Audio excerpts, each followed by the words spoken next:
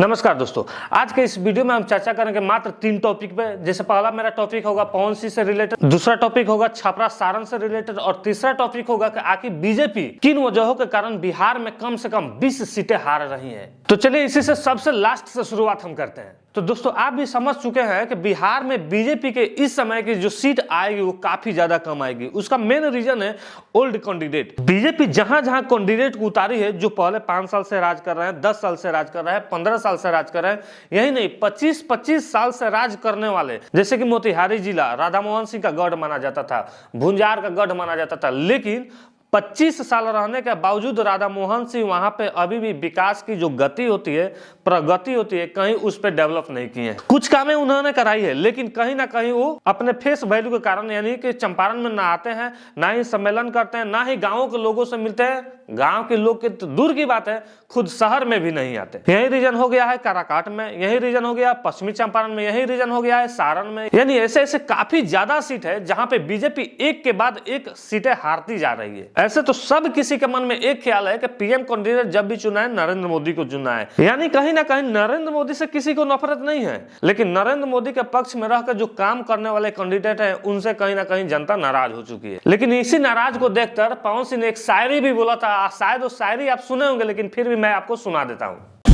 मोदी जी 100 बात की एक बात, एक कलाकार के नाते मैं यही बोलूंगा कि ध्यान ना देवा विकास के काम पर, ध्यान ना देवा विकास के काम पर, तो कब ले जीताई जनता मोदी जी के नाम। बस मेन मुद्दा यही है कि बीजेपी अधिकतर सीटें इस समय हार रही है। लेकिन अब दूसरा टॉपिक पर बात करते हैं छपरा के सारण डिस्ट्रिक्ट से। छपरा में आप भी जानते हैं कि बीजेपी के रुड्डी साहब जो कि राजपूत समाज से आते हैं, यानी कि अपर कास्ट वोट लीडिंग करते हैं। लेकिन वहीं दूसरी तरफ आरजेडी के तेजस्वी की बहन रोहिणी आचार्य जो सिंगापुर से खुद आई है सिर्फ और सिर्फ चुनाव लड़ने के लिए। ऐसे चुनाव लड़ने के बाद वो बिहार में दिखने नहीं जा रही है, लेकिन फिर भी जनता को विश्वास है कि रुड्डी साहब कुछ नहीं कर रहे हैं। और इस रुड्डी साहब के चलते एक ऐसा विवाद हो चुका है कि बिहार के पॉलिटिक्स बंगाल के पॉलिटिक्स को दबा रही है। वहाँ से लोग 40-50 मीटर पत्थर और गोली चलाते हुए यहाँ पर पहुँचे, और गोली चलाते हुए यहाँ पर पहुँचे, और इधर जो 20-25 की संख्या में लोग थे ये निहत्थे थे।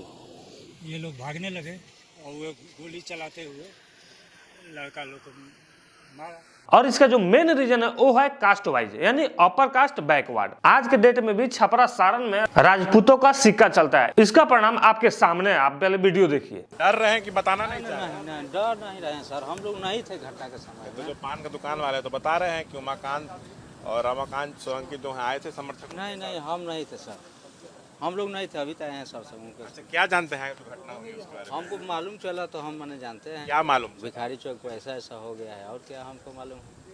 बाबा कल यहाँ पे हिंसा भड़की, 2 पक्ष आपस में। मैं नहीं जानता, बिकॉज मैं पार्किंसन का रोगी हूँ, श्वास दिन में आंगन में रहता हूँ, बंद रहता है दरवाजा, उसका हल्ला सुन रहे थे और इसके बाद कुछ नहीं जानता। आप सुने यहाँ पे क्या? मैं वो सुन रही खाली हो आवाज़ें आ रही है, जिस वो हल्ला हो रहा है, बस दरवाजा खोला नहीं मैंने, घर में रहा। घटना के बारे में कुछ बताना चाहेंगे?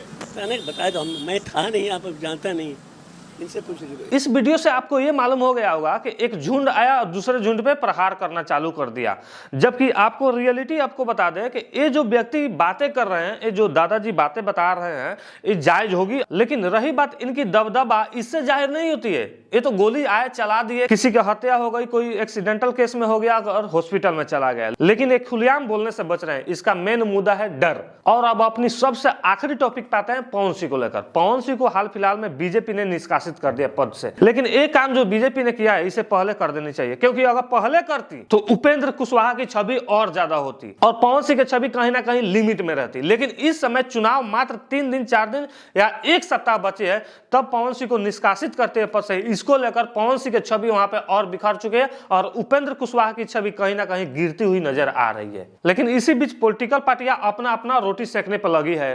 तेजस्वी यादव कुछ और कहते हैं, मुकेश सहनी कुछ और कहते हैं, लेकिन इन दोनों के बीच में खेसारी लाल यादव कूद पड़े हैं। उनका कहना है कि अब सत्ता का मार कोई नहीं सहने वाला। मैं अभी तक पवन भैया के लिए समय नहीं निकाल पाया हूं, लेकिन 28 या 29 तारीख को मैं काराकाट में आऊंगा और पवन भैया के लिए वोट मांगूंगा। ये एक और बड़ी मुद्दा बन गई है उपेंद्र कुशवाहा के लिए। और यही नहीं, उपेंद्र कुशवाहा के लिए नहीं, आरजेडी के फैंस के लिए भी, क्योंकि अगर खेसारी लाल यादव जाते हैं तो खेसारी लाल यादव यादव समाज से हैं और पहले ही यादव समाज के आधा से ज्यादा वोट पवन सिंह ले चुके हैं। लेकिन खेसारी लाल यादव जैसे ही जाएंगे जितने भी वोट बचे हैं 25-30%, उसमें से कम 5-7% और काट लेंगे। इस सब वीडियो पर आपका क्या रिएक्शन होगा, आपके मन में क्या विचार है, आप कमेंट करके बता सकते हैं। अगर यह वीडियो आपको अच्छी लगी हो तो मेरे चैनल को सब्सक्राइब कर बेल नोटिफिकेशन दबा सकते हैं।